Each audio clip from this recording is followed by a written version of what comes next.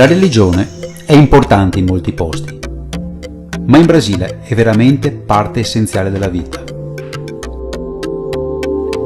Iemanjá, Omolu, Oxalá, Yansá sono orishas, cioè divinità, nel candomblé.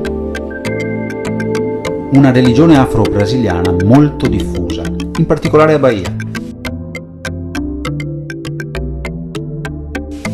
Tutti hanno un duplice aspetto, positivo e negativo, e tutti vengono identificati con elementi della religione cattolica.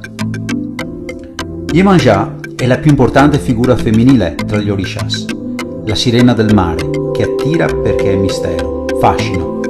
Ora è amorevole e languida, ora è minacciosa e tempestosa, coi suoi capelli corvini mossi dal vento. Nel sincretismo è la Vergine Stella Maris. Omolu è uno degli orishas più temuti, poiché è portatore di malattie devastanti come il vaiolo. È raffigurato ricoperto da una veste di paglia per nascondere la sua pelle martoriata dalle malattie.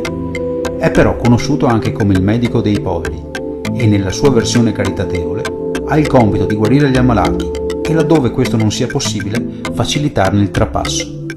È sincretizzato con San Lazzaro, il signore dei cimiteri. Oxalá è invece la massima divinità del candomblé, il padre della vita e della fecondazione. Secondo la tradizione africana, fu Oxalá a dotare gli uomini della testa, del pensiero e perciò del loro essere viventi. Il suo colore è ovviamente il bianco e nel sincretismo è il nostro Signore Gesù Cristo. Yansá è la signora dei venti, delle bufere e dei temporali. È una delle entità più conosciute e venerate in Brasile, Santa Barbara nel sincretismo.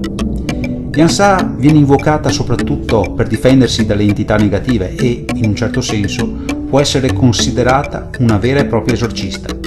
Il fatto che lanci fiamme dalla bocca fa di lei la patrona di chi usa la parola per difendere il prossimo o per attaccarlo.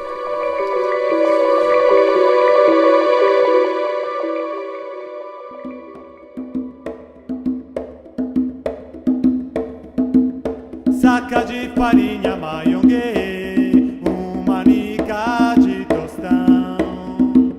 Sacca de farinha maiongue, vou fazer a devoção. Vou pedir a Babalu. Sacca de farinha maiongue, uma nica de tostão. Sacca de farinha maiongue.